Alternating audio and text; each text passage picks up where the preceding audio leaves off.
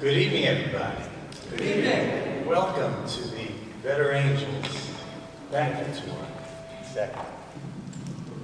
I'd like to start by briefly telling you my own Better Angels story. The morning after the 2016 election, I woke up and I had an ill feeling inside because of all the anger that had been flying back and forth across the country, even within families. I heard stories of family members not being able to talk to each other. It just felt very wrong to me. And I'm a psychologist, so it reminded me of couples I've seen where they might get to a place of peace where they're actually listening to each other, and then quickly, within a blink of an eye, they're back to arguing with each other. Just escalating right up into a terrible argument, almost as if that's their set point or that's where they're more comfortable. And it seemed like that was what was going on in the country. So I felt inside this strong feeling that I wanted to do something to try to get people talking to each other more peacefully and more civilly. And soon after that, I discovered Better Angels and wrote an email, and they got back to me, and I was off and running with Better Angels. So I've been volunteering for the organization for going on 2 years now. That's my story. Now you can all go. No, we have a lot more for you. Don't worry. First thing is, I'd like to welcome someone who attended his first Better Angels workshop here today. Fred Small was called once by Pete Seeger one of America's best songwriters. He's currently the Minister of Climate Justice at Arlington Street Church in Boston. We asked him to share a song and some reflections on his first Better Angels experience. Please welcome Fred Small.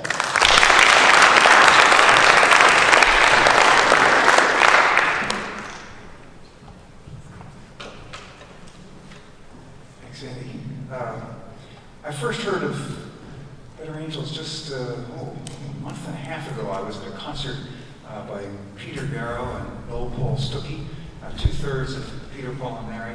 Now that Mary has passed on. And Peter Garrow is on the board, I think, of Better Angels, and was talking about it. Me, and showing a video. I don't remember because I soon watched some videos of Better Angels thereafter.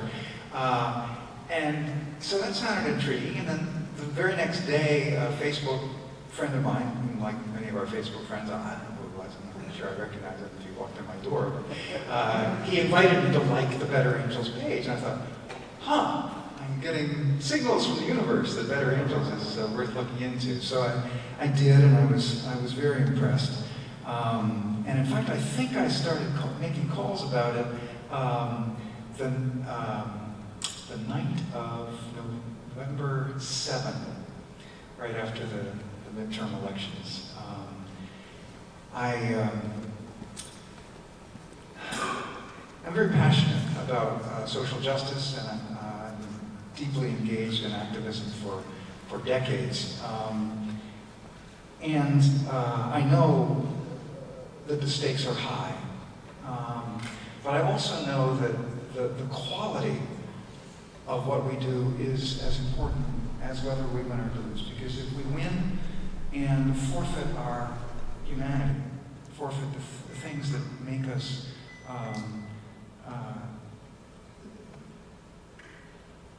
in which we find, in which we ground the best of ourselves. If we forfeit those things, then the victory itself will be forfeit. Like Gandhi, I believe that ends and means are inseparable. So the work that Better Angels is doing to encourage us to see each other as children of God, as people who have more in common than what separates us, is absolutely vital. And I guess I want to share with you one song, and then before that, the words of Dina Metzger, which have really stayed with me for many years. She wrote, "There are those who are trying to set fire to the world. We are in danger. There is time only to move slowly. There is no time not to love." Sometimes people ask, what is it like? This love that's holding me, unfolding me. Sometimes people ask, what's the difference that we see in your days? It's not romance, if romance is a dream word. It's not bliss, if bliss is ignorance. And if I try to tell the truth of us, the closest I'd come could be this. If for just one moment, people all over the world could know this love, armies would hold their fire, soldiers would unlace their boots and play soccer on the shrouded fields. Let the tanks rust where they stand, take hold of a foreign hand, tell me of life in your native land. If for just one moment, people all over the world could know this love, ancient tribes betrayed, sometimes slaver, sometimes slave, would lay wreaths upon the graves and gather under a spreading tree, stay and hear our tragedy. And we will listen to you and the bully who beats on the weaker one would say, my God, what have I done? Has it come to this? And the victim who bore it so long would be strong enough to stop it and find a way to forgive. If for just one moment, people all over the world could know this love, people online at the bank would whistle and yodel and dance. The teller would say, just fill in the blank, or whatever you need today. People around the block would leave the front door unlocked, and all you gotta do is knock to be welcome. You get this close to someone, there is no blaming, no mistaking. You know what they've been through, and the courage is constantly taking. If for just one moment, people all over the world could know this love. If for just one moment, people all over the world could know this love, could know this love, could know this love.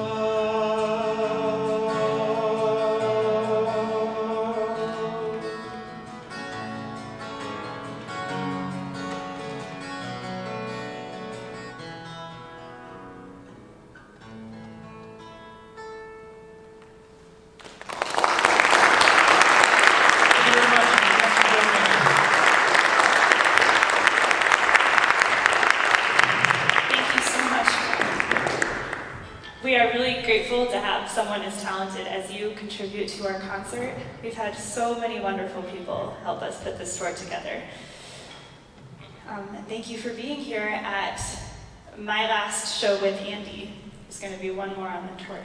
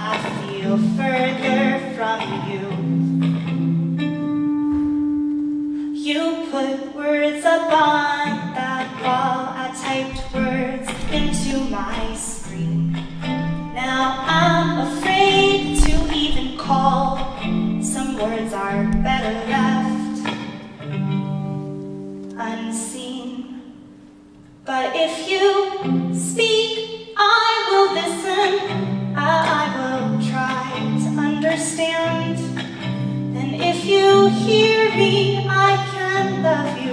We'll build a bridge across this land. It seems safe on separate sides, no one opposed to my repose. It hides those that spoil the view, so it chose to close out you. But we don't need to tear it down, we go high upon their wall. We'll grab hands and see both sides held in balance, we won't fall. And if you speak, I will listen, I will try to understand. And if you hear me, I can love you. We'll build a bridge across this land. We'll build a bridge. We'll sing a bridge. Our words will flood over their wall. No dam can hold them back. We'll batter ram against their ball, break a sound. We'll make it crack. So if you speak, I will listen, I will try to understand. And if you hear me, I can love you. We'll build a bridge across this land. Speak, I will listen, I will try to understand. And if you hear me, I can love you. We'll build a bridge across this land. We'll be built.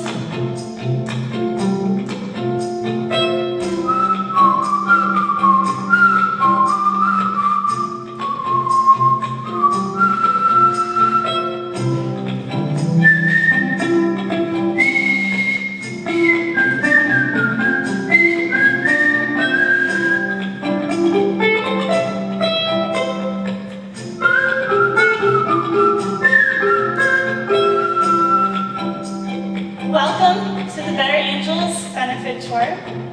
Andy and I are really excited to be here and share our show that we have been working so hard on.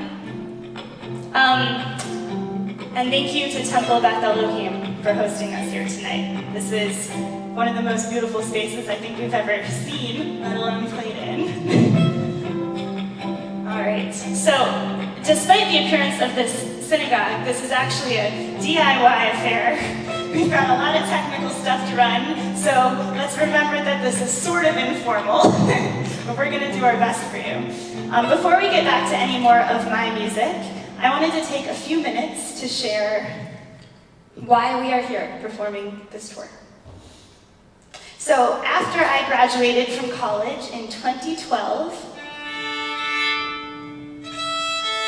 I performed a program on Civil War music at the Smithsonian of American History.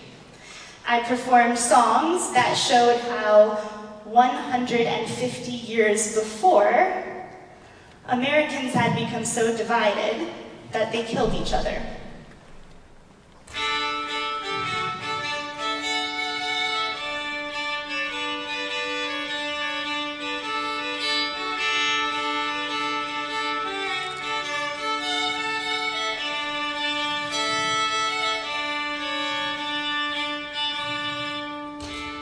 Six years later, I still love learning old songs and the stories that go with them. But I'm no longer satisfied just learning songs from my country's past. I'm too worried about my country's future to merely study history and not take action myself. So I've also started sharing my own songs, in the hopes that I can thereby support issues I care about. And one of the issues I care most about is polarization. Now, I recognize that music, like Battle Hymn of the Republic, an anti-slavery union anthem, might not be the best solution to that particular problem. In fact, during the Civil War, music was often used to exacerbate social divisions, as in the Confederate anthem, Maryland by Maryland.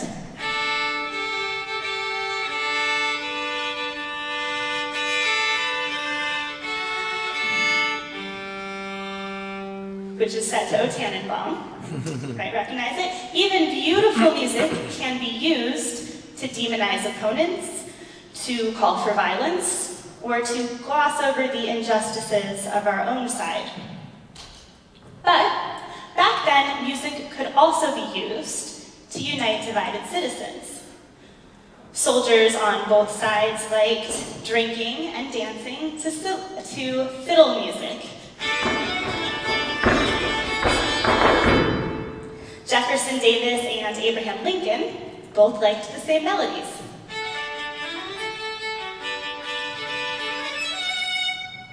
And citizens on both sides shared a longing for home sweet home.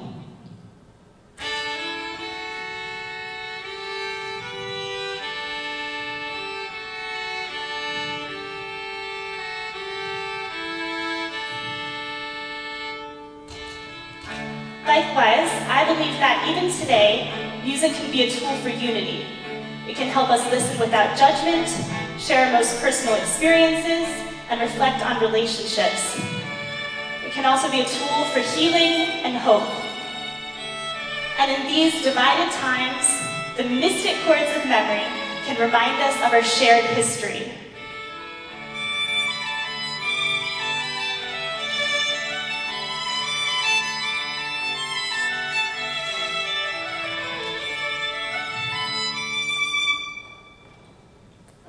Of course, by asking you to listen to my music, I'm not expecting you to agree with me. As you may have already inferred, or you may already know, I identify as a blue, and I fit many of those stereotypes. I'm young, progressive, Jewish. I went to Yale and Brown to study humanities. And I have strong opinions and can be very judgmental. See, I've acknowledged it. And like the differences that led to the Civil War, I recognize that the differences between blues like me and those who identify as red are significant. I don't expect music or conversation to overcome those divides. However, I am hoping that through music and organizations like Better Angels, we can learn to communicate better with our political opponents. And if we can clarify our true political differences, maybe we can prevent them from escalating into contempt, hatred, and violence. Maybe we can even be friends, or at least find better ways of dealing with our differences than through civil war. This show is my attempt to communicate in a way that is respectful, interesting, and entertaining, even to those who disagree with me.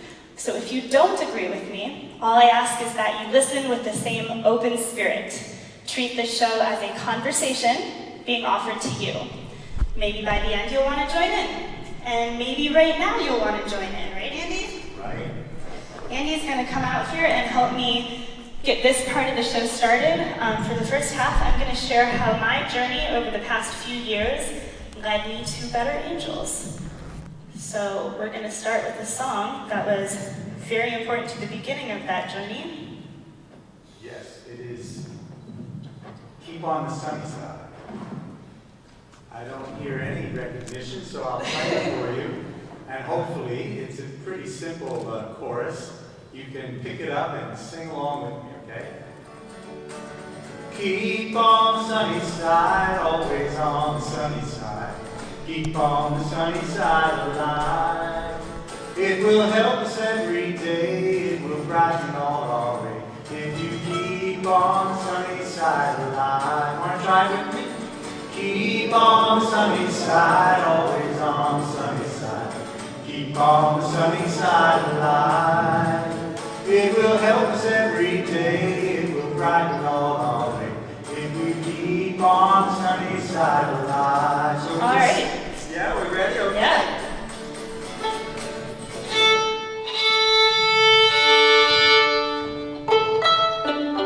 All right. Whenever you're ready. Now you need me to stall. Yeah, good now, I think. Okay. Okay. 1, 2, 3.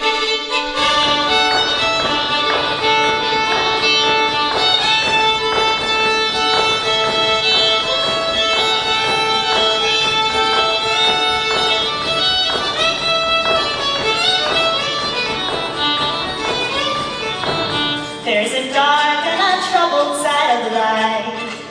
There's a bright and a sunny side too. Though we meet with the darkness and strife, the sunny side we also make do.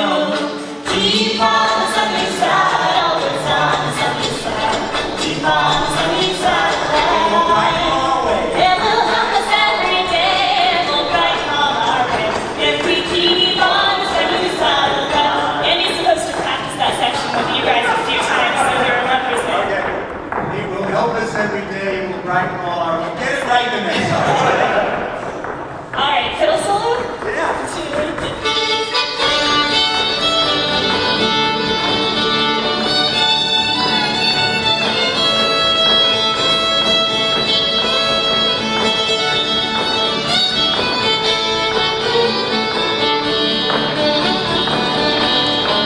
Oh, the storm and its fury broke today, crushing hopes that we cherished so dear. But the clouds within town pass away, the sun again will shine bright and clear.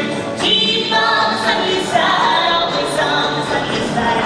Keep on the sunny side of life. It will help us every day, it will brighten all our way if we keep on the sunny side of life. All right, here's some flat footing.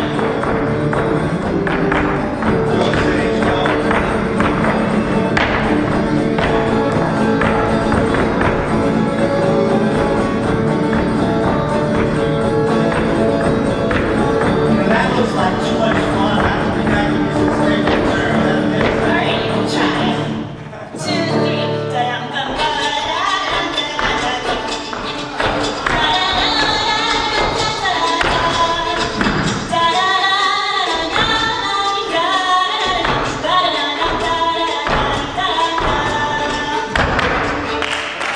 Andy was on Broadway.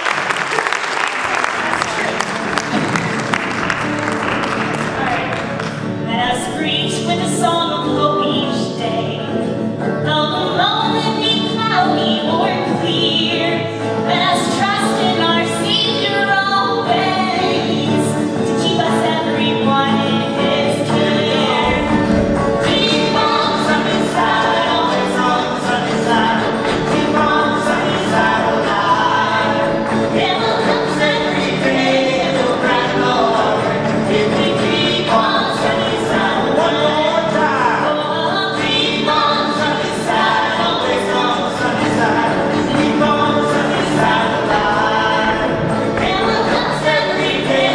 It will brighten all our way if we keep on the sunny side of life.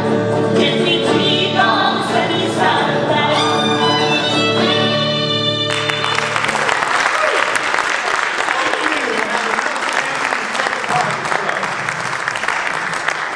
All right, thanks. And you're going to be back soon, so don't get too comfortable. All right. So, for those of you who know me, I'm not really a keeping on the sunny side type of person. I'm more of a dark and troubled person. But when I moved to Nashville in March of 2016, I wanted to join a community of Trump-supporting Christians, and I needed to show them that I loved the same music that they did. So I learned that song, and they loved it. In return, they taught me flat footing, which has since been an incredible tool of optimism in my life. And since I could not take one of those Trump supporters here with me on this tour, one of the musicians musicians I play with every weekend agreed to be filmed so he could meet all of you. His name is David, and using this new projector setup I have right here, I'm going to introduce all of you to him.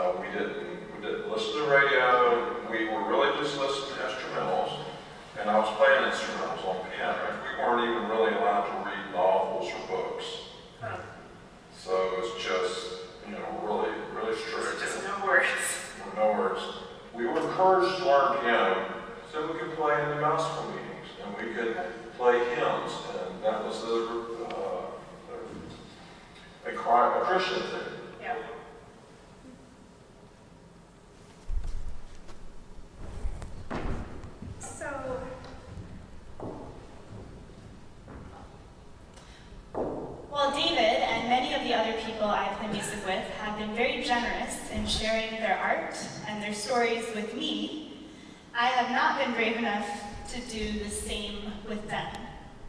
I've heard the way that they tend to label liberals and non-Christians, and I didn't want to be dismissed. Those fears inspired this next song, Big Nose, which is based on the story of my great-great-grandfather Morris. It was related to many people in this room.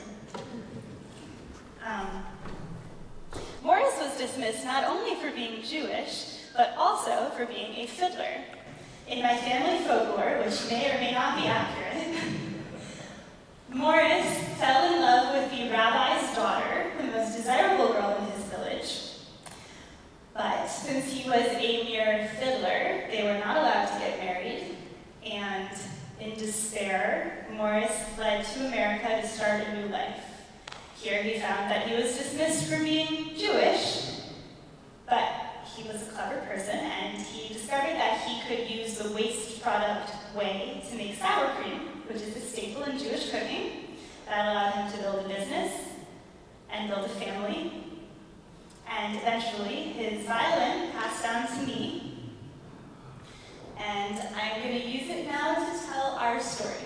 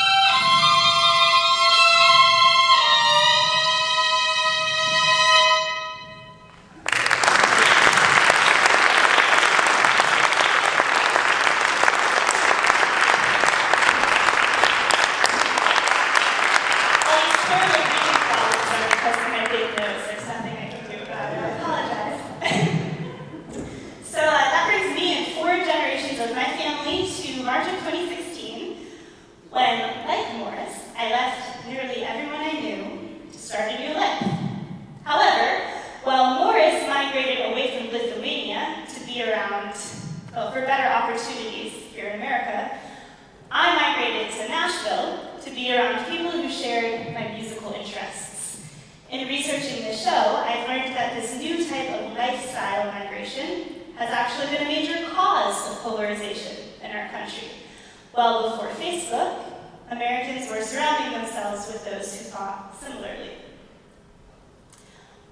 But I was not thinking about the differently minded people I would be meeting on my 11-hour solo drive moving I was thinking about the many people that I cared about that I would be leaving behind, hopeful that by leaving past relationships, I could forge my own path. I wrote this song during my migration.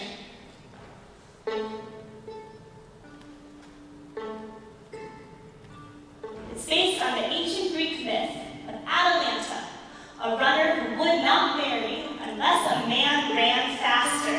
Now, no man ran faster, but one man was clever. During his race, he threw golden apples, and distracted from her path by the shiny objects, Atalanta lost and was married. In the days before they wed, she said, "Hey, Nana," and then they wed, and then, "Hey, Nana," became, "Oh no," she went, "Hey, now, not no." Ready, go. Nana, na na na na na na na na na na na na na. Yes. In the days of gods, the man Atalanta so fastest ran. Let her hair run all behind her, didn't need no one to guide her. But the man ran two golden apples through, and her legs fell on his hand. She lost and fell into his hands.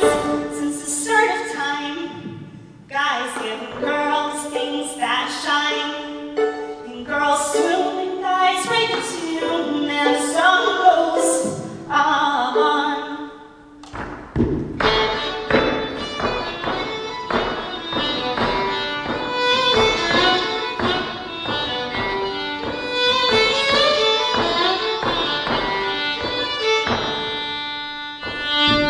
My youth I hiked around, wandered through its sacred ground. Noble trees raked every side, birds flew high with them to guide. Once a man walked to sang of love so true, and he got down on one knee, found out was still so free. Oh, since the start of time, guys giving girls things that shine, and girls soon, guys write their tune, and the song goes on.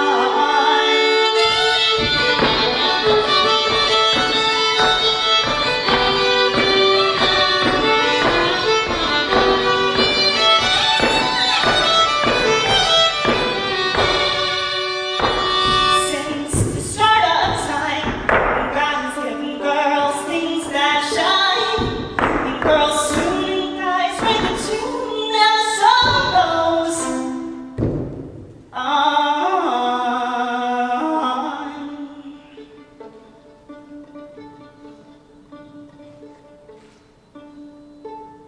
In the days before we wed, I said, "Hey, Nana," and then we wed, and then, "Hey, Nana," became, "No."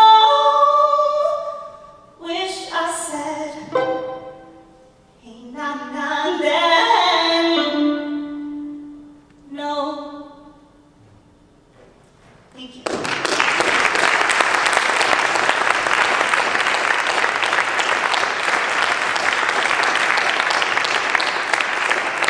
So, despite my fears of relationships holding me back, Nashville quickly introduced me to a tone-deaf biochemist named Kevin, who showed me that relationships can also help you grow. Kevin is really different from me. He sees the world as shaped more by molecules than ideas. He is a clean freak, while I only feel at home in my own mess. Agrees my college roommate. And he's a great rock climber, but he can't count to 3 in a waltz. But these differences have been good for me. Kevin's skills compensate for my deficiencies. So he does all the laundry. He shows me hidden parts of my world, like elements and proteins. He inspires me to try new things, like rock climbing and baking. Being with someone different expands my abilities, my worldview, and my experiences. So I wrote this song for Kevin. It's called My Fairy Tale.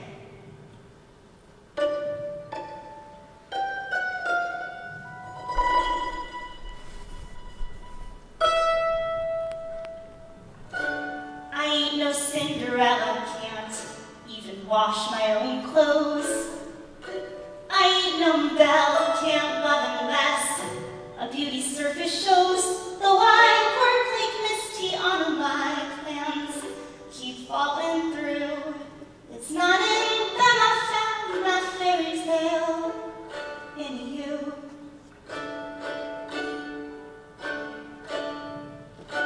I ain't no sleeping beauty at night, don't kiss, I kick. I ain't no Pierce, no, I ain't probably pale, 'cause I'm sick. Though I hoard Ariel's collection, for me, a shoe is just a shoe. It's not in them I found my fairy tale in you.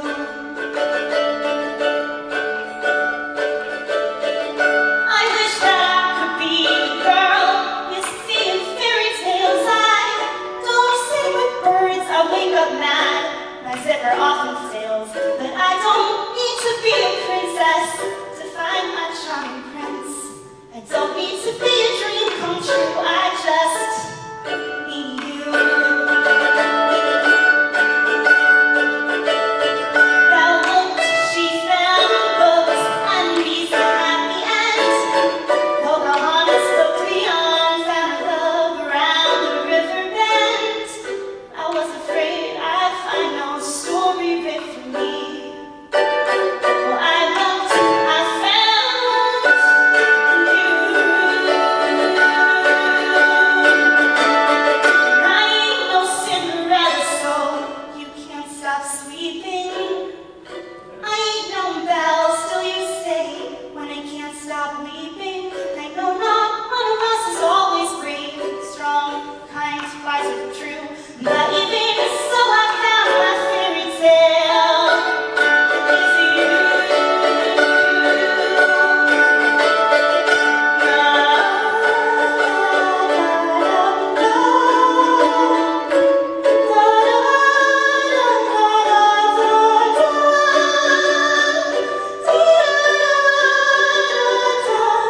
I don't need perfect in my life, I just need you.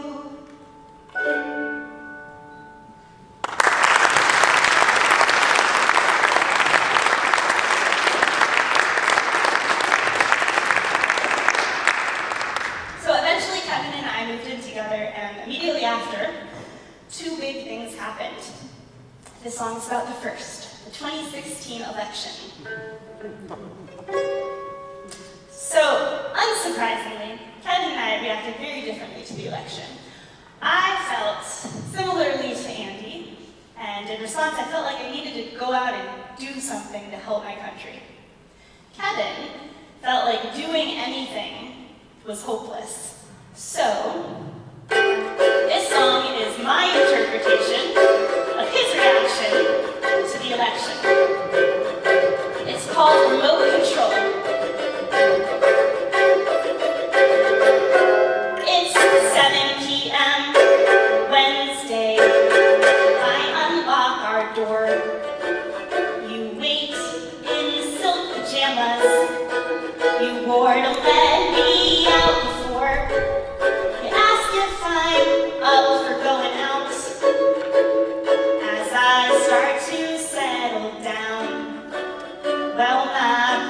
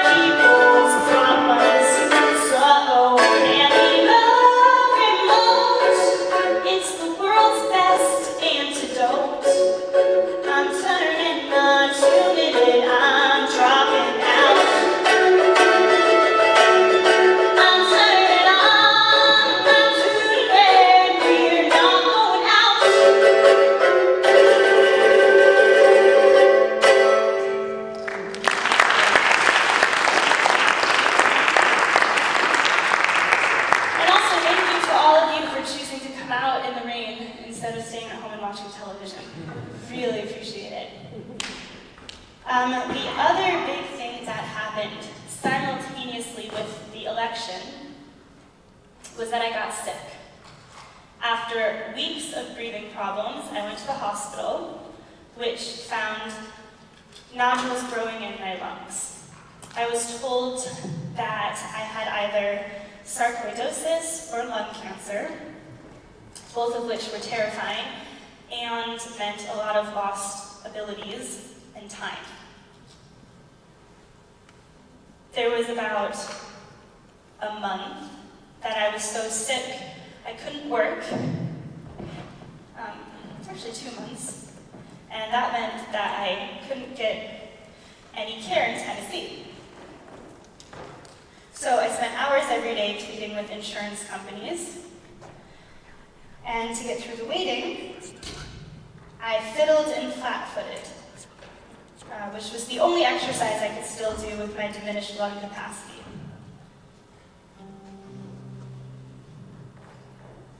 During that time, my music, Kevin, and my Trump-supporting Christian community helped me keep going with all of their support, even as my hopes for my own future and my country's future kept diminishing.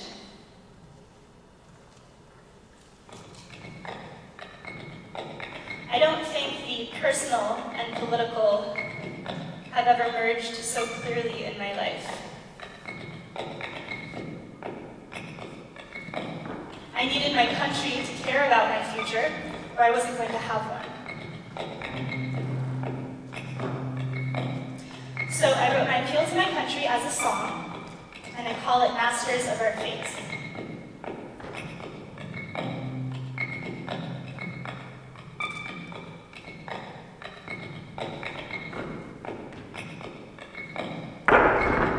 Maybe I can be a deep-sea diver, swim with anemones, laugh with hiding clownfish. Maybe I can be a mountain climber, crawl to Angel's Point, have a talk with God.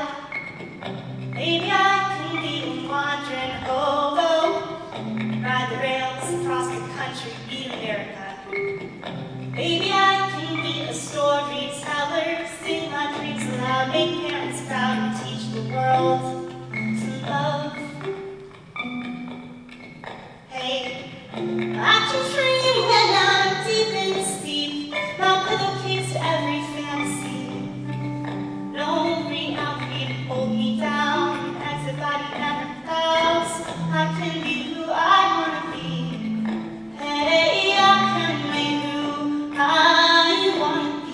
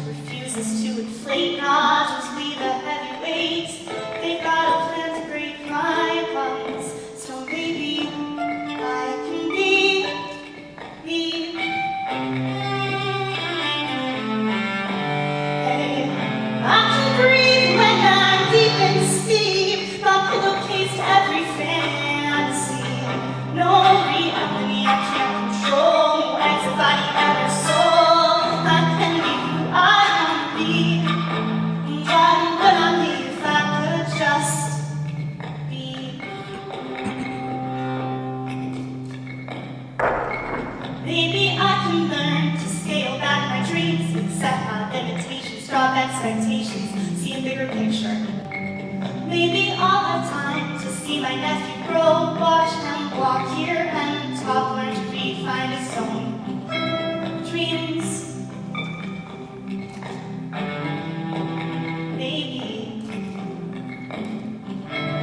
Maybe you can change leaders set against him. Maybe he can find a way to fight this hate. Maybe we can dream together for each other. I'm not the only captain. We're all masters of our fate.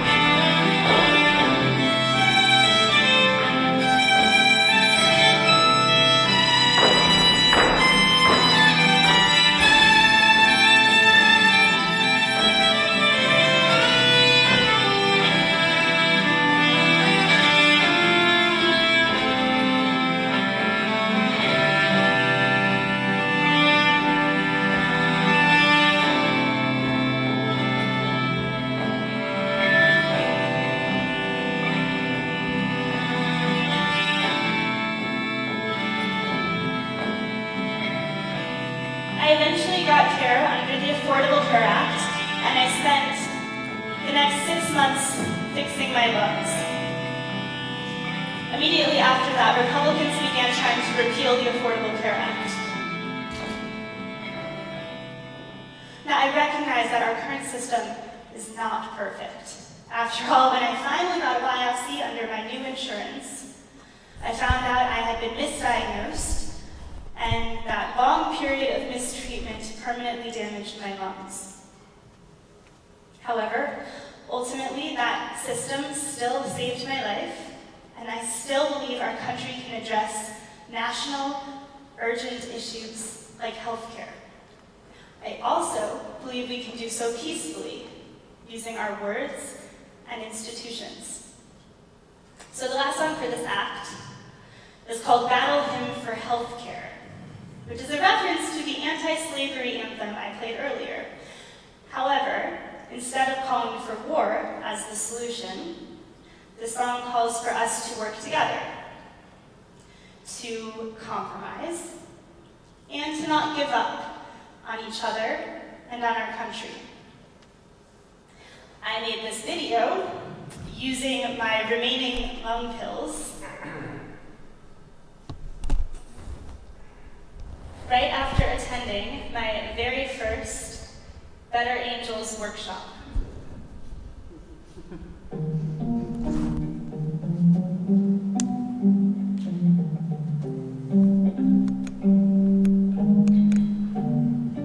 Our country's filled with songs promoting solidarity. United in our union, all together we stand strong. But protest anthems about those whose voices aren't the same. Diversity can build a better song. I know my fellow countrymen grew up on different notes, but I believe that we can harmonize.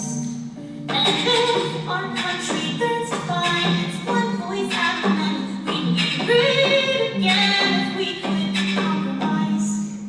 So I sing now, give it up, sing here, give it up, sing all, give it up, give up, perfect. I sing, give up now, wake up here and give up all. Let's make a more perfect union.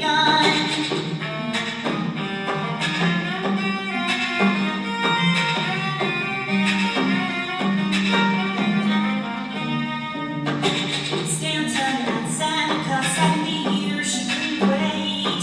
From Civil war to civil rights, progress is always late. Our passions are strong, other factions wrong, but actions beget reactions. It took so long to make us, it's so easy now to break us. Just sing down, give it up, sing here, give it up, sing all, give it up, perfect. I say, give up, give up, give up now. Wake up, wake up, wake up here and give it up, give up all. Let's make a more perfect union.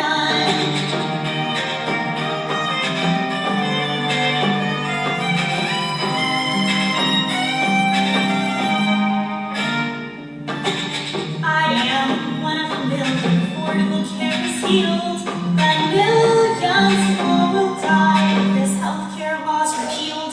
Trading progress in paradise, we know we lost long ago. We'll only lose ourselves if we don't learn to let it go. And we'll all grow together when we go and share control.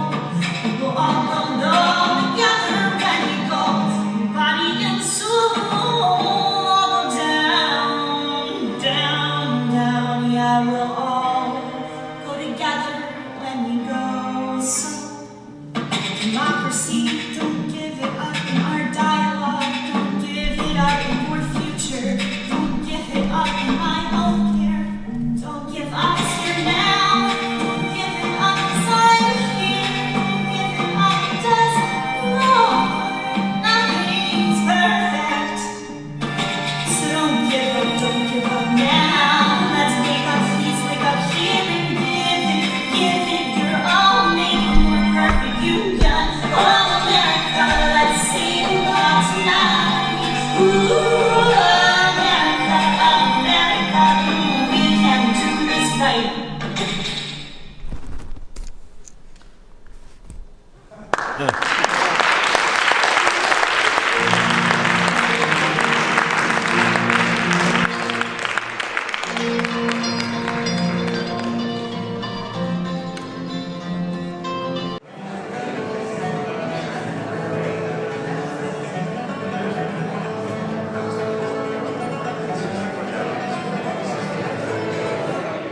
We're going to start in just a minute, everybody, so please take your seats. And before the second act, I'd like to introduce the rabbi of this synagogue, Rabbi Sissenwine, who is going to just say a few words. Come on up to the mic, please. All right, thank you very much. Nice to see you. Thank you. I just wanted to welcome everyone to Beth Elohim, especially if you're a visitor here. We're thrilled you're here. I want to welcome Better Angels as well. And I hope you had a very productive day. I'll just comment, in this beautiful space behind me is where we keep the Torah, our holy document of wisdom. And it's surrounded by what we call an ark. And the ark is in the shape of a Jewish holy book called the Talmud. So you see there are 7 sections up here. And in the Talmud, on each page, there are varying opinions. And they're separated in spaces. So it's kind of emblematic that in the Jewish tradition's holiest books, we codify varying opinions, knowing that we can learn from difference. And so it's just a wonderful opportunity to welcome Better Angels as we share the sense that we can grow from difference. And as it says in Proverbs, iron sharpens iron. We actually better ourselves by encountering the other. So I'm just thrilled that you're here. I'm thrilled that you're here. And let's move on to Act 2. Thank you very much.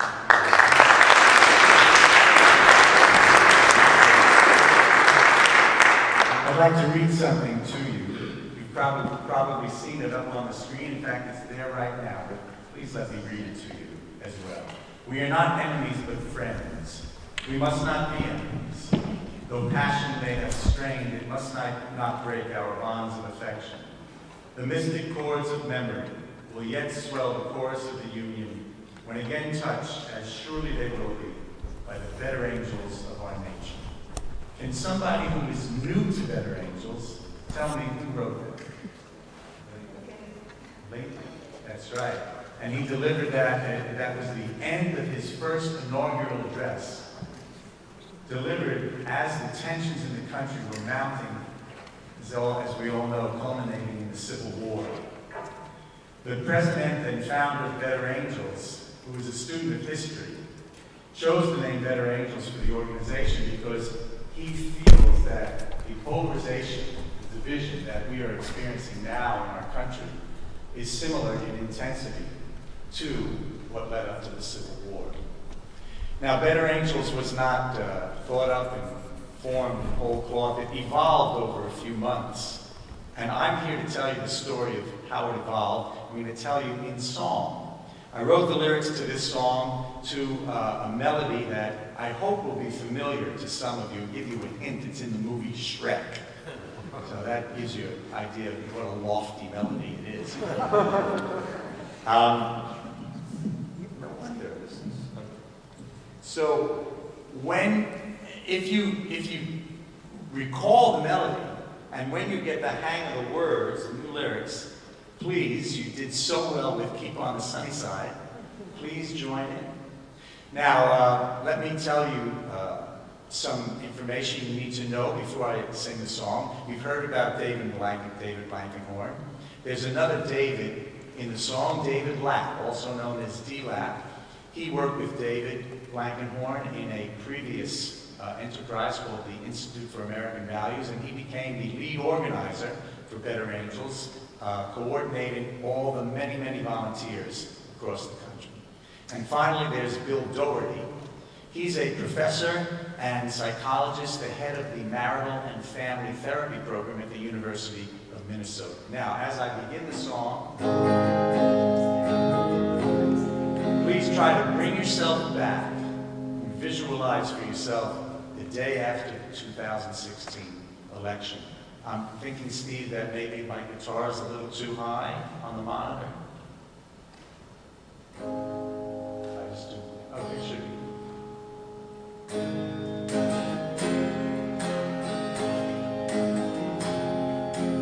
Here comes David Blankenhorn. Why is he looking so forlorn? He's troubled by the political polarization. So he called up David Lapp and said, find me some folks both blue and red. We've got to talk to each other to heal our nation. Better angels, better angels, heal our nation, better angels.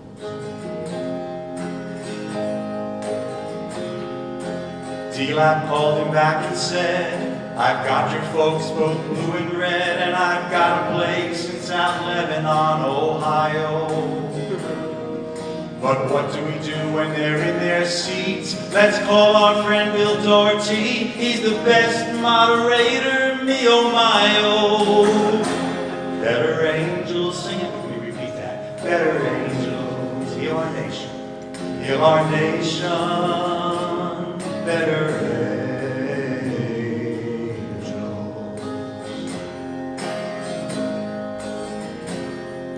The workshop was a great success. They debriefed and asked, what should we do next? This is good, let's do some more. 2 more, they saw bridges form across the divide, soothe the storm. More folks need this, let's do a bus tour. One America summer bus tour.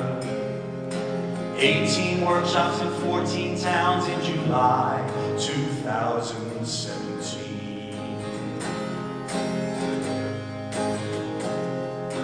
After the tour, the truth confronts. We can't be everywhere at once. We've got to train a bunch of moderators. 130 folks answered the call to end the rancor and vitriol. Spread love before hate overtakes us. Better angels, come on, sing.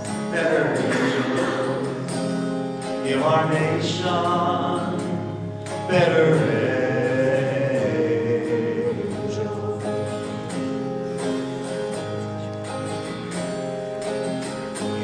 Harrisonburg on 6/8/18, 150 delegates convened and ratified the Better Angels Declaration.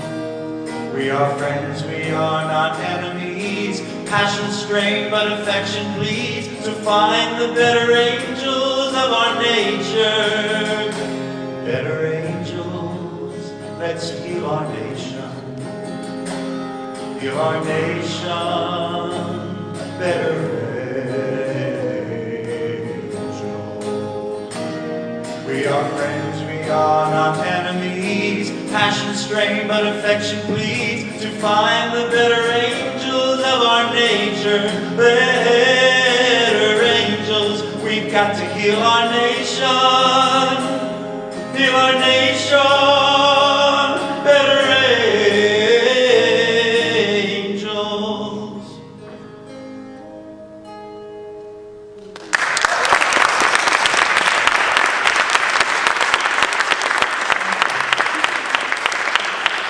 Thank you very much, and that is the story of Better Angels leading up to Harrisonburg, where we signed the Better Angels Declaration. We're ahead of schedule in a little bit. You are witnessing the beginning of a road trip This ain't a hybrid, is it? undertaken by two of the strangest political bedfellows imaginable. Greg Smith is a retired police chief and construction worker from rural Southwest Ohio. He's a devout evangelical and an ardent Trump supporter. I really believe in his values. I really believe that he loves this country. He messes up, but so do I. If I was president, I'd probably be just like him. What time is your music class, by the way, tomorrow? 2. Kuyar Mostafshi lives just a few miles away in suburban Dayton, but he might as well be on another planet. He immigrated from Iran and now works as a computer engineer and is an active member of the local Democratic Party. After the election, I was devastated. I was ready to cut every Republican out of my life. These two men with seemingly irreconcilable differences became friends through a group called Better Angels, which brings together reds and blues with the goal of, quote, depolarizing America. Hillary for president! Donald Trump right there! Political polarization, or tribalism, has reached a fever pitch in America. Divisions between red and blue are more stark than ever. It's not just polite disagreement. Nearly half of Republicans and Democrats see the opposing party as a threat to the nation's well-being. No matter what topic you pick now, you're going to get this horrible tribal conflict over it that prevents anything productive from happening. David Blankenhorn is the founder and president of Better Angels. Even before the 2016 election, it seemed clear that this was really cancer. The group's appeal to national unity immediately rang true for both Greg and Kuyar when they met at their first Better Angels gathering. When you get past the stereotype part of everything, you've got it beat. You got it beat. To me, it was nice to also see his other side of, compassion and the fact that he wants to listen to me and learn about my background. They ended up visiting one another's places of worship, and the friendship just grew from there. And on this day, they are traveling together from Ohio to Virginia You probably want to make a left. to attend the first ever Better Angels National Convention. Both sides think they're being attacked by the other side. You say you care about the going on, and you hate the argument, you hate the bitter and all that kind of stuff, but what are you going to do about it? In the car, weighty issues are hashed out. They agree to disagree on abortion, but they do find common ground on guns. The whole point about training, the whole point Yes. about accountability Yes. for people that own firearms. Yes. I mean, that is a no-brainer. Where should we park? You can park anywhere, kid. They arrive in Harrisonburg, Virginia, where they meet up with other political odd couples from across the country. I want to hear people who aren't like me. I wanted to hear their stories and understand why they vote the way they do. I actually have felt polarization a lot within my family. I guess that's kind of where it started. Because of the polarization, we are finding ourselves in more and more isolation. Anthony Ginger is the president of the Young Democrats at Graceland University in Iowa, and his roommate, Christian Sarabia, runs the campus Republican group. Your roommates, even though you basically agree on nothing politically? Correct. Yes. We believe our opinions strongly. However, we understand there are perspectives other than ours. What practical pieces of advice could you give to anybody watching about how to have constructive relationships with people with whom you disagree deeply? Evaluate yourself. You have to want to open yourself up to new ideas, new beliefs, not necessarily to want to persuade the other person. If any of us are here with the idea that in 3 hours or 7 hours, we're going to get these people to change their mind, it's not going to go well. The Better Angels have a strict format designed to keep things civil. And it was designed by this man, a marriage counselor named Bill Doherty. You had a long history of working with couples on the precipice of divorce in some cases. Yeah. Did this strike you as harder or easier than that? Oh, harder. These were strangers, and strangers from different tribes. And those tribes have been at war. Your job is to listen and learn how people in this group perceive this issue. Here's how a Better Angels meeting works. The Reds or the Blues, whichever group is going first, We should be willing to serve other people. in this case, it's the Blues, gather in the center with the Reds observing on the outside. The idea was to create a process in which there was little chance that people would get reactive to each other and escalate. Where do you stand on this LGBT rights, religious liberty issue, and why? 5 years ago, my son came out, and I was nothing but supportive of him, but still it made me stop and think about things a little bit. 2013, I had a non-legal wedding, and we went to a hotel, and we were refused service. Then the Reds go while the Blues listen. I see, I see marriage as something that's between a man and a woman. For the purpose of having children, so that the children have parents that will pass on the values of society. Very few of us get a chance to hear a group of like-minded people talk among themselves. They're not arguing with anybody. After the fishbowl, it's direct one-on-one conversations between the two sides. Experience that the one woman gave about not being allowed to check into hotels, just obviously completely unacceptable in every possible way. Again, the end goal here is not to change minds, but to reach what the Better Angels call accurate disagreement, which can lead to mutual understanding. The end goal is humanizing one another despite our political differences. Humanizing, not getting people to, change their moral compass or something like that. No. Let me ask just about this exercise that we've just seen. How did it go for the two of you? These are deeply held beliefs on both sides, and we've got to talk about them, even if it feels hard. So hard but worth doing. Yeah, Actually, maybe hard but must do. absolutely. So what are the takeaways for those of us who struggle to talk politics with friends, family, or colleagues? One, it's worth repeating this, don't try to change anybody's mind. If you enter into this and they sense your goal is to show them how stupid they are with their perspective, they're going to put their defenses up. Two, make I statements rather than truth statements. So I am, for example, really concerned about climate change and what's going to happen to my grandchildren and great-grandchildren's generation. And three, don't characterize the other side's opinion, just characterize your own. So don't say, you guys want to just grow government. That would be a red saying to blue. Don't say a blue to a red. Your side just wants to, let people die on the street. Better Angels is only 18 months old with 3,100 members across the country, and they say they are growing and scalable. The common thing people tell us is, I have been waiting for something like this, and I've wanted something like this. Wait no more. Better Angels is open for business and looking to get more conversations started before it's too late. For Nightline, this is Dan Harris in Harrisonburg, Virginia.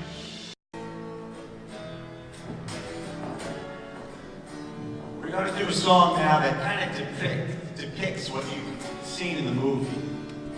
We call it an official Better Angels song because it was written by a blue and red songwriting team for Better Angels. Alan Shamlin, the lyricist, and Steve Seskin, the composer.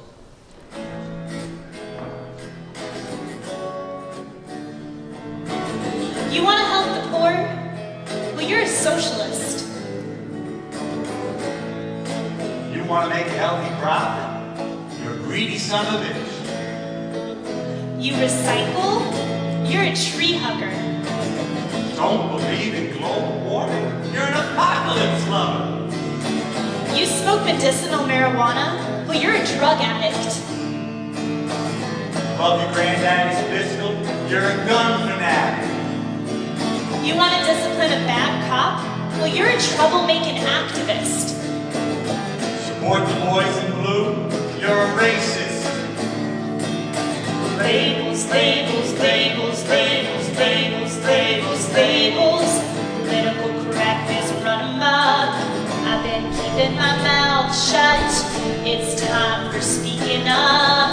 I'm willing to wear it. I'm willing to own what I believe in. Gonna fly my flag for all to see. Let the haters take their shots at me. That's a cross I have to bear. I'm willing to bear it. I'm willing to wear it. We take off the gloves, forget how to love behind the screen. We assassinate each other's character, like we're racking up points in a video game. The wheels are coming off our society. The blame falls on you, it falls on me. It's like we've forgotten how to respectfully disagree without an olive branch and a dove. I don't see much hope for us. I'm convinced the only answer is love. I'm willing to wear it. I'm willing to own what I believe in. Gonna fly my flag for all to see. Let the haters take their shots at me. That's a cross I have to bear. I'm willing to wear it. I'm willing to wear it. I'm willing to wear it. Labels, labels, labels, labels, labels, labels, labels. Political correctness run amok. I've been keeping my mouth shut. It's time for speaking up. I'm willing to wear it. I'm willing to own what I believe in. Gonna fly my flag for all to see. Let the haters take their shots at me. That's a cross I have to bear. I'm willing to bear it. I'm willing to wear it. I'm willing to wear it. I'm willing to wear it. I'm willing to wear it. I'm willing to wear it.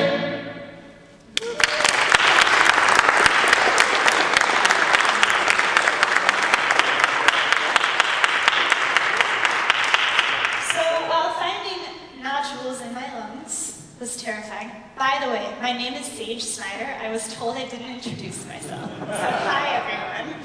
But I'm going to jump back into my personal story here and make I statements, as we were all taught. So finding nodules in my lungs was terrifying, but also liberating. In the sense that with the stakes as high as dying, I felt like I needed to speak out for what I believed in before I ran out of time. And with perfect timing, in July of 2017, a friend invited me to a Better Angels workshop.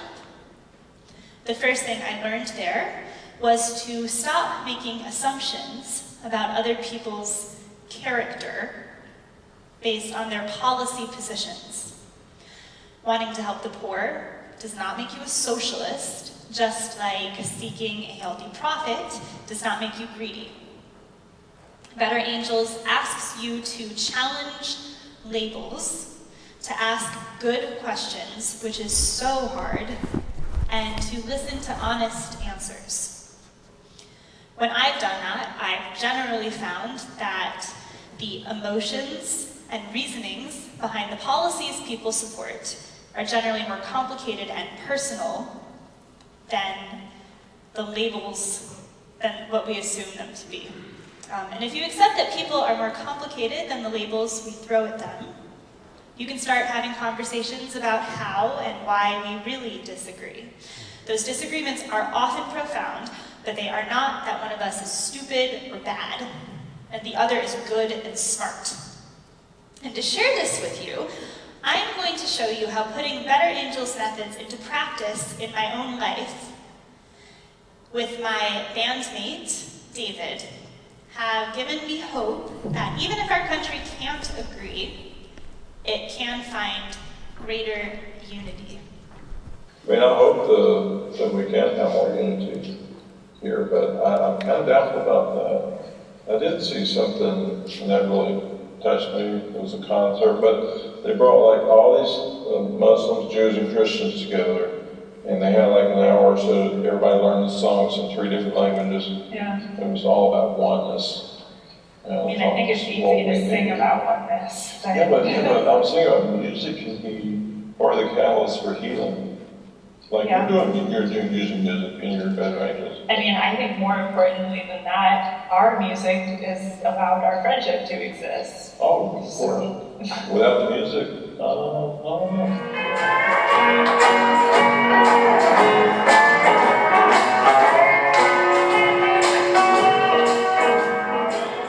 Would you say you support the Black Lives Matter movement? That you think it's important that they draw attention to racial discrimination in our police system? Yeah, I support Black Lives Matter, Blue Lives Matter. Well, no, Blue Lives Matter Everybody matters. Everybody. Do you believe that men and women are equal as far as, do you believe that men are stronger creature by nature? Do you believe that women are the weaker vessel? You have a lot of ideas about bankers and the Rothschilds, and those are all anti-Semitic beliefs. Again, it's only one of what the left and the right is. So no religion should be taught in school. It should be taught. I took religious classes.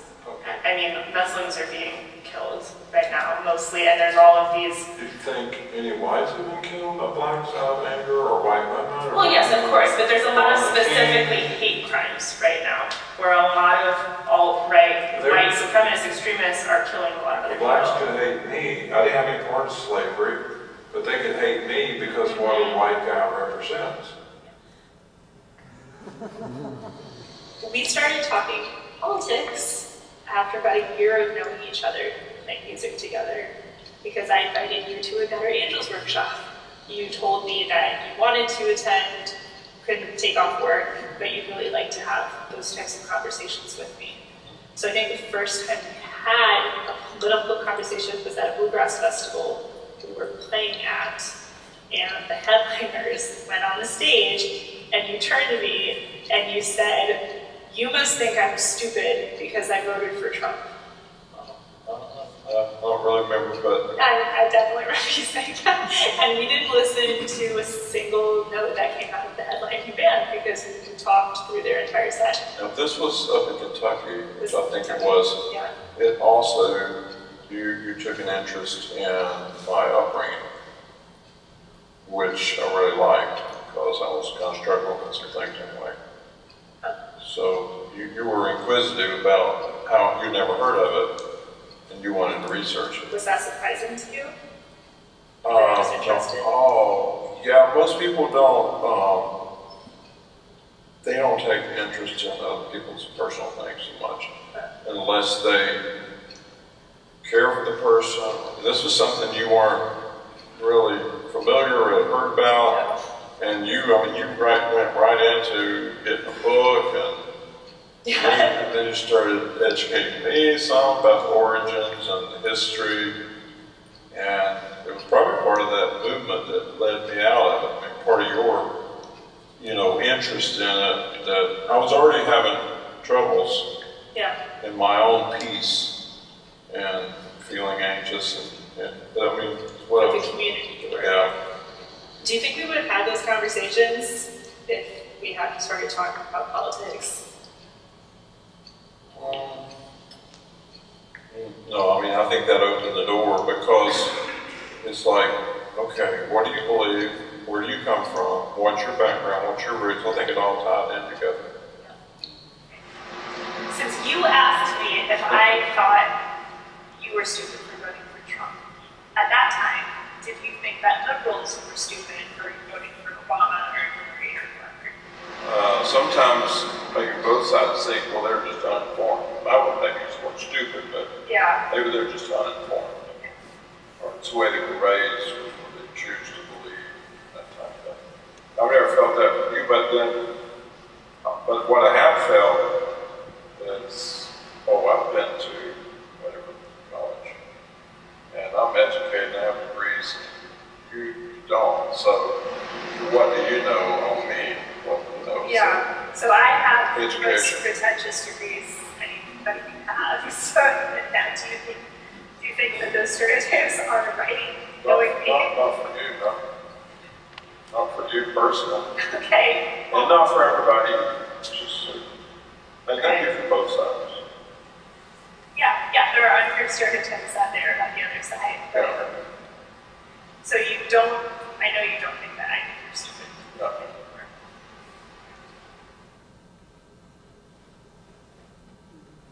Okay, so for the movie, we went to Definition. Rick and I both went to the movie also. Yeah. And I just said to Rick, because he wanted to know what your take was, and Sage didn't say anything, she didn't walk out, she held her peace or whatever. I said, now I knew that when it was over, we were going to have dinner and talk about it. So I knew that was coming, but I said, I was impressed that you were so open-minded about it.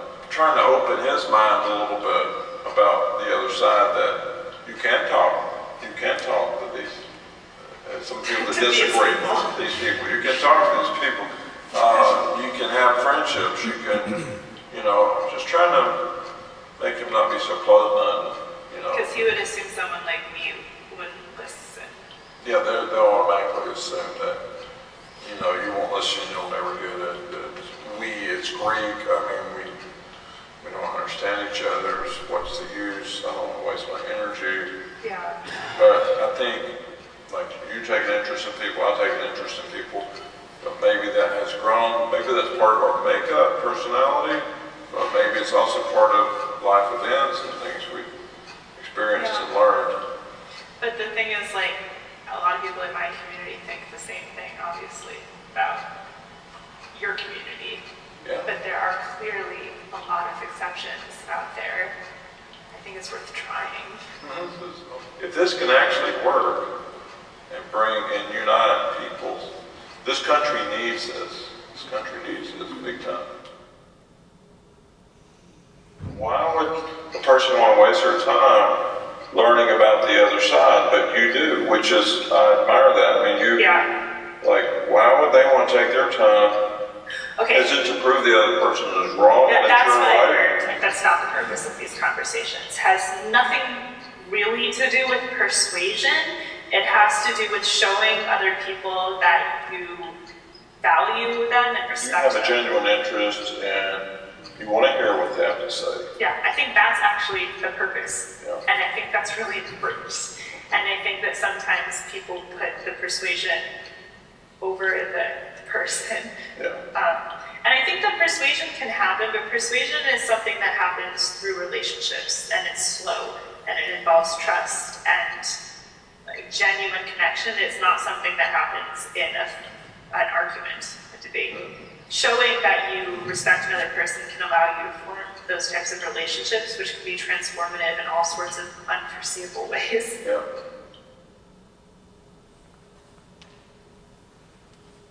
But when we went to that movie, something that occurred to me that I have learned from our relationship is, I remember we talked about this, there was a guy who was laughing out loud whenever liberals who were crying during the election were shown. Or whenever Hillary, or basically any powerful woman, was put on the screen, he would just laugh like they were a joke and their pain was a joke. And I found that really hurtful, but I noticed, and you told me, like, their laughter made you uncomfortable because you knew that that was painful to me. Yes, right. And I would say in my own life, when I see liberals mocking or being dismissive of Trump supporters, it hurts me in a different way now because I have like a face of a person I really care about who I think like that's the person that they're mocking, their feelings and their pain. I know it makes liberals feel good to like mock their opponents, but it doesn't make me feel good anymore because I actually identify with the person that they're putting down. I feel like that has been something that our friendship has changed in me. So do you feel like our conversations have been important to you? Oh, yeah. Extremely important. It's almost like you're asking something of me and I'm asking something of you. Like, you helped me some things. Hopefully I helped you with some things. I think for me, well, I don't know. If I go back to my childhood and all that, I was like not heard, not listened to, not recognized, not validated. And here's you. I could care if you're totally opposite of me, but you take an interest, you validate, you ask questions, you show an interest in people. That goes beyond what, say, somebody conservative, but they don't have an interest in people. That it means more to me what you have done than what others that may have the same religious or political beliefs that I have. Yeah. But it's your whole approach that's made the difference. Well, see, that's my answer to your question about can I be friends with people who think differently than me. I think showing an interest and respect for another person is just more important than having the same ideas. Right. I agree.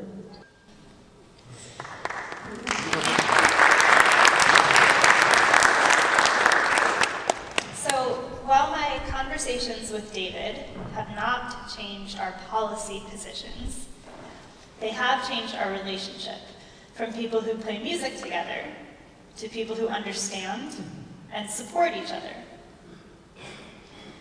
And the fact that we care about each other even though we strongly disagree matters. We now make fewer assumptions about the other side. We feel less contempt towards half our country.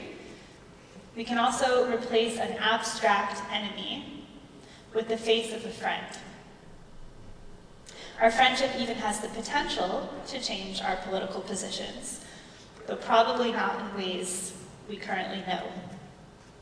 This next song is dedicated to another relationship that I made through playing music together. It's dedicated to my college fiddle teacher, Stacy Phillips, who passed away this past June on his way back from a gig. While I don't yet know the full impact of my relationship with David, I know Stacy changed my life.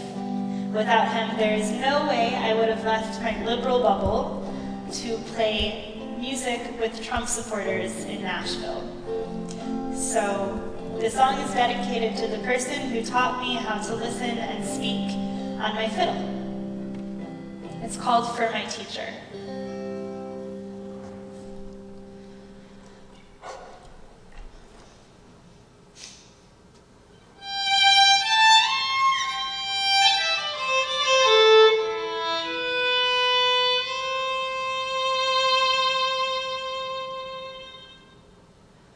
My fiddle students always asking questions.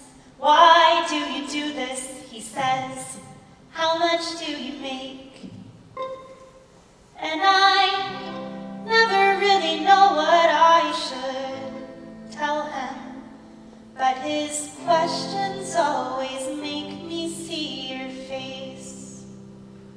You were rough around the edges, rougher in your soul, so much you didn't tell me, so much I didn't know. Like the lessons that you taught me, I was just passing through, but you still hurt me. Well, I hope somebody heard you.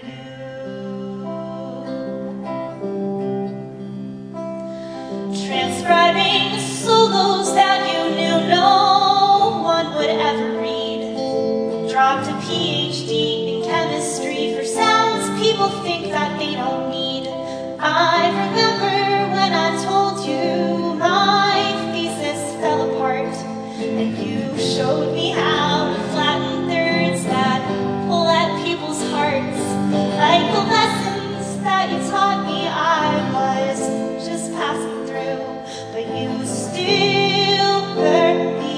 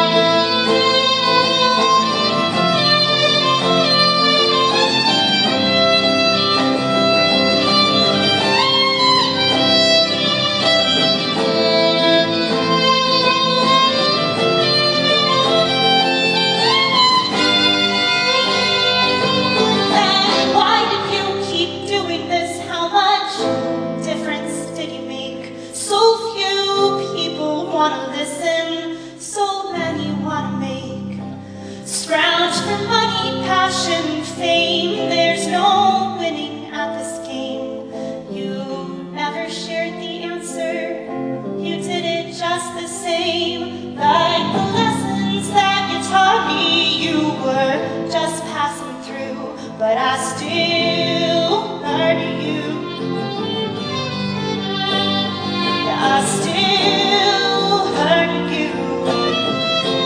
I'll keep listening for you.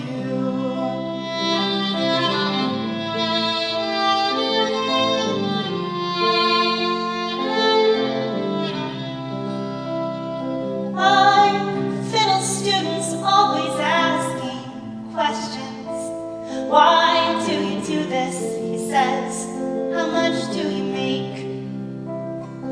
And I never really know what I should tell him, but his questions always make me see your face.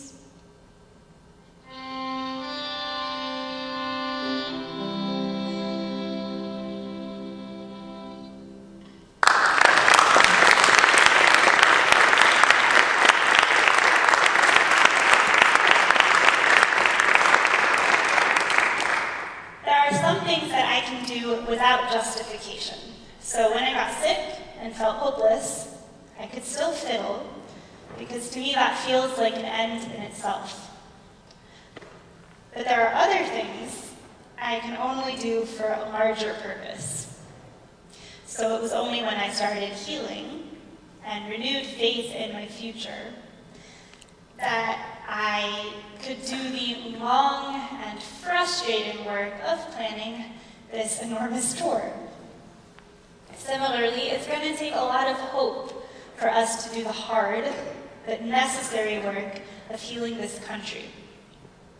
I made this show to share that sense of purpose with all of you, to show that conversations can matter, relationships can change people,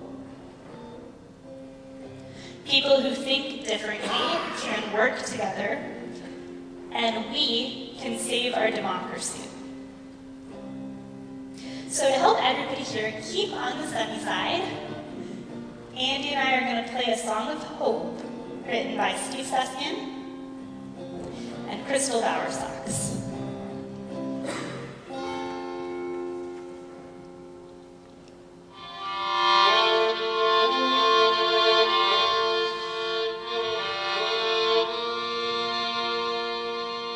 There's a synagogue in Texas.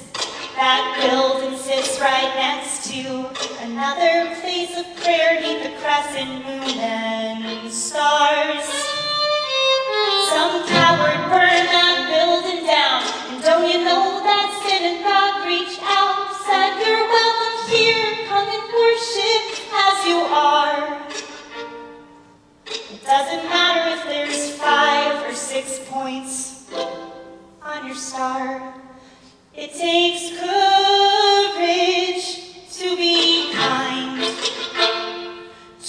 be brave enough to walk your love across the party line. Oh, this little light of yours and mine, it's time to let it shine. Find the courage to be kind. Some guy walked into Charleston church, took out 9 people without a word. He was taught to hate them for the color of their skin. The next morning I was watching TV. To this day I can't believe the families who gave in for his sins. Said no matter what, love must always win. It takes courage to be kind, to be brave enough to walk your love across the party line. This little light of yours and mine, it's time to let it shine. Find the courage to be kinder than we've ever been. Let's find our way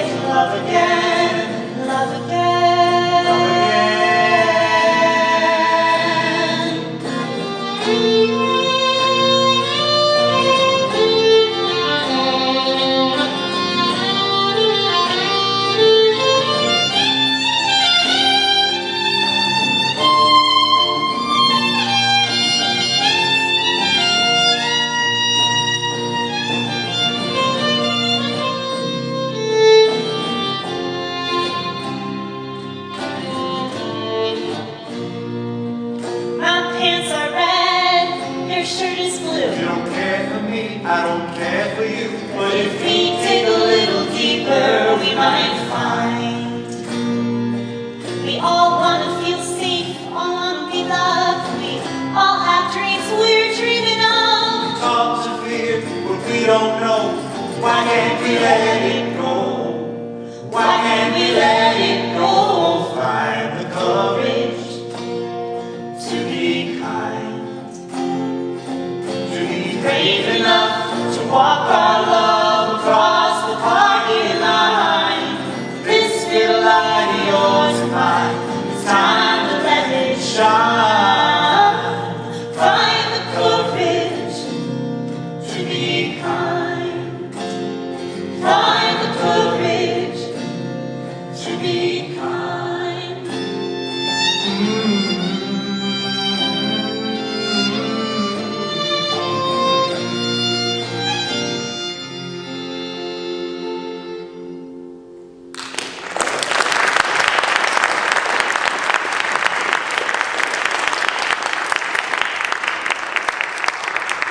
Thank you very much. And now I'd like to introduce the president and founder of Better Angels, David Blankenhorn.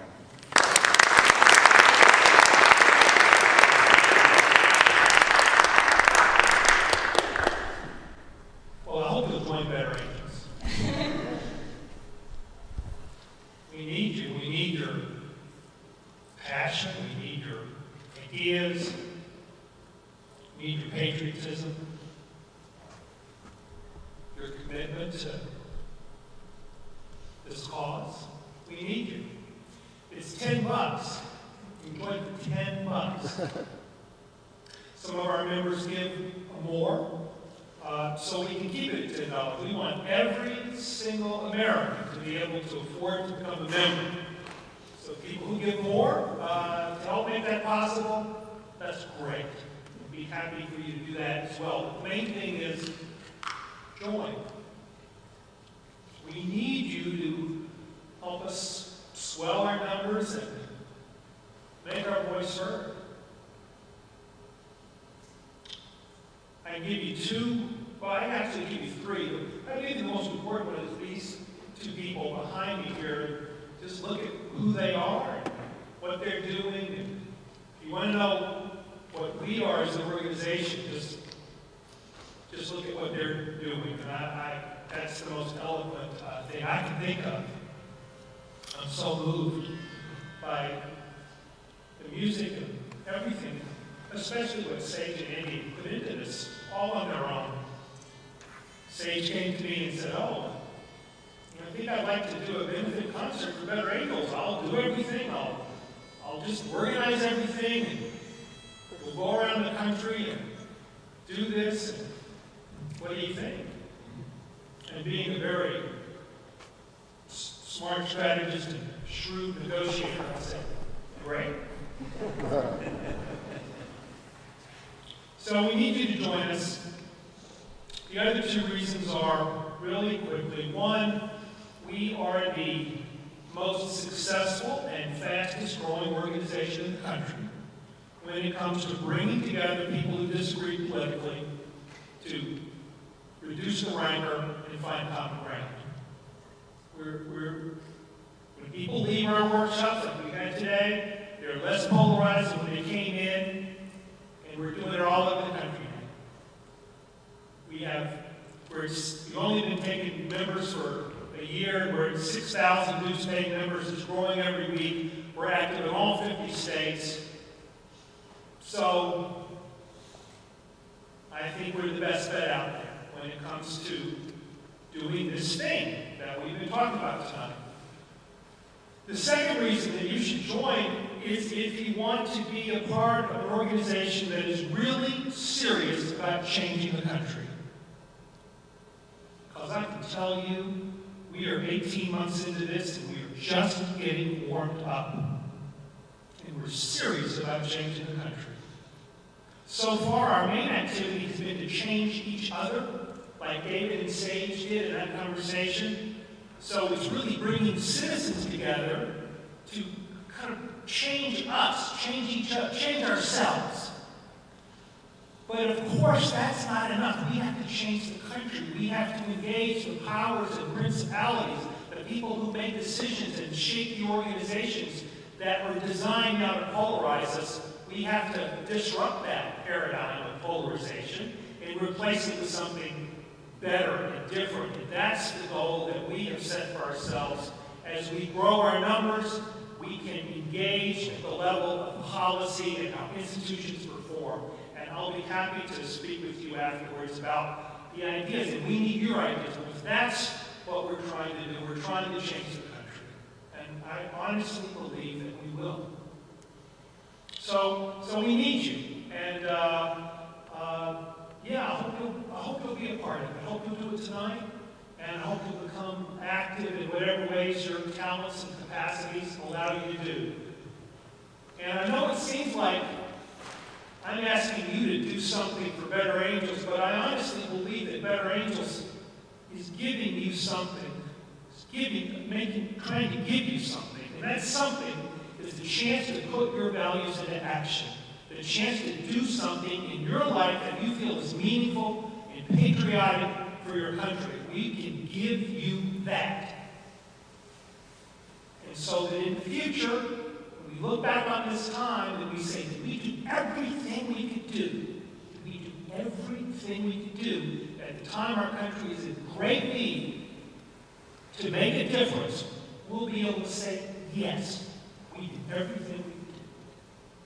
So that's the gift, I hope, that Sage and Andy and the rest of us, that Roth's out there and others, that's what we want to give you. So thank you. And yeah, thanks for being here. It's what an honor to be with you tonight.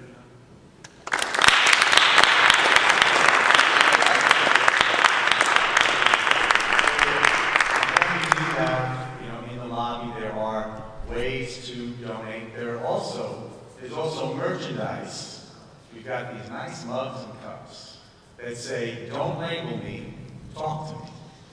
And if you buy any of those, they will help defray the cost of the tour. Okay, so the donation is going straight to Better Angels, and that merchandise is going to basically save. You put out a lot of money for this. All right. Thank you so much, David, and thank you for following us throughout our tour to support our efforts. We are so grateful.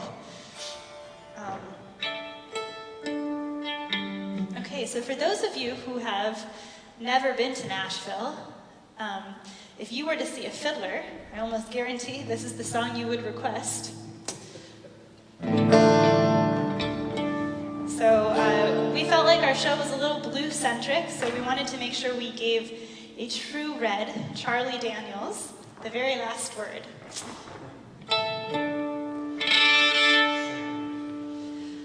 Okay, am I ready for this? Ready? I think you're as ready as you could be. Yeah. All right. And what are you going to do if you're not ready? I'm going to improvise. Stanley, now is not the time to leave. It's okay, he's seen me do this before. Right. 2, 3, 4.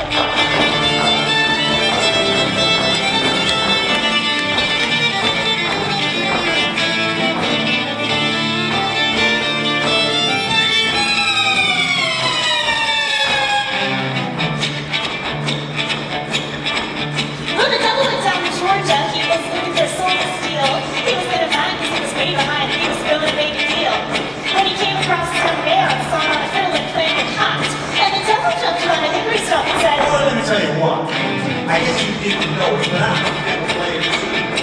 And if you dare to take the dare, I'll make a bet with you.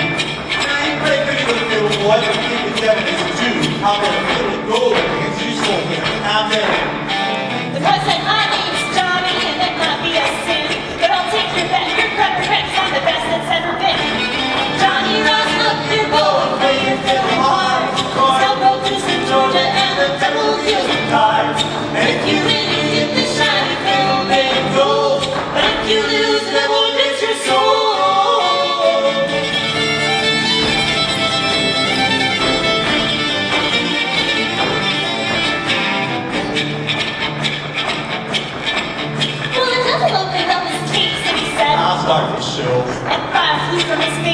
as he roused up his bow. He pulled that bow across the strings and it made an evil hiss. And a band of demons joined in and it sounded something like this.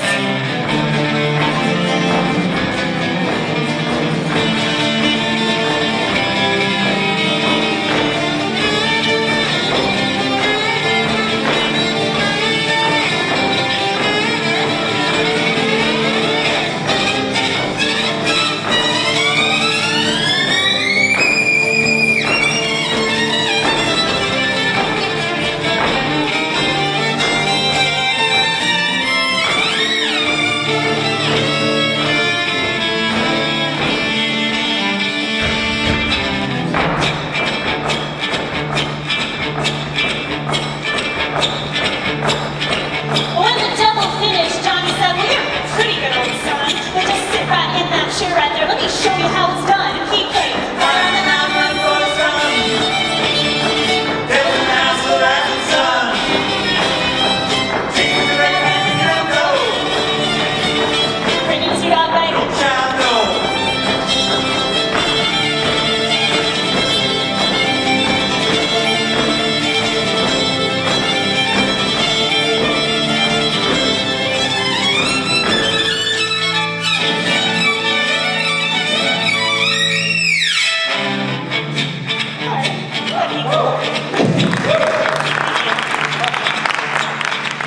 Well, the devil bowed his head because he thought that he'd been beat, and he laid that green fiddle on the ground at Johnny's feet. And he said, stand right up. Your fiddle's great. It just don't sound like mine. Bring out your better angel, and we both can play next time. And they played.